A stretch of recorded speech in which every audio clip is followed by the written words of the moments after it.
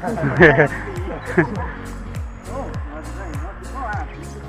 ตกใจเนาะมันตัดตรงหลังเลยนะมันแต่ตรงหลังเลยเราจะเอามาเติม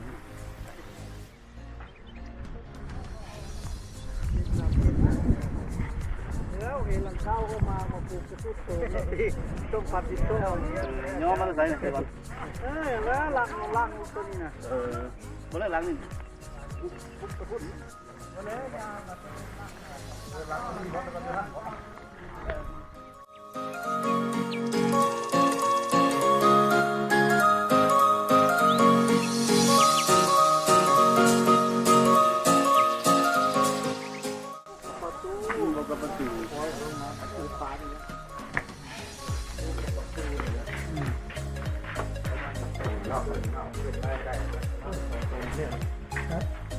มาถึงได้ตามกินไรก็ได้ตามกินไรก็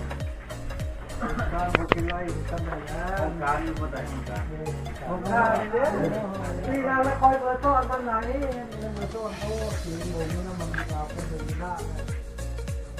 ต้นมันไหนมาเป็นการเริ่ม